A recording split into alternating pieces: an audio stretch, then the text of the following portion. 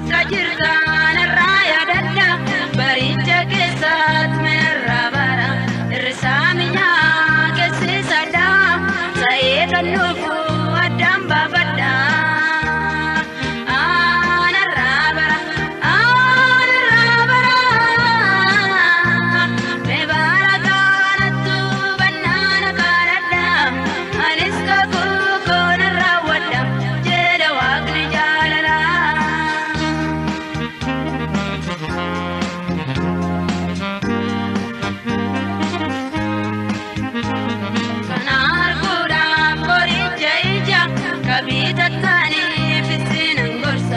Yookaan ammalee arguun dandeessan addaan baaftanii diinaaf fageessan.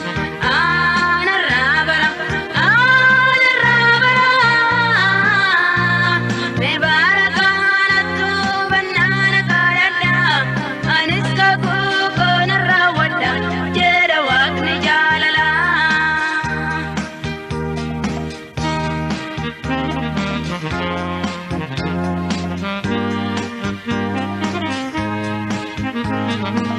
Keessi fadheeraa homaan barbaadu jechuun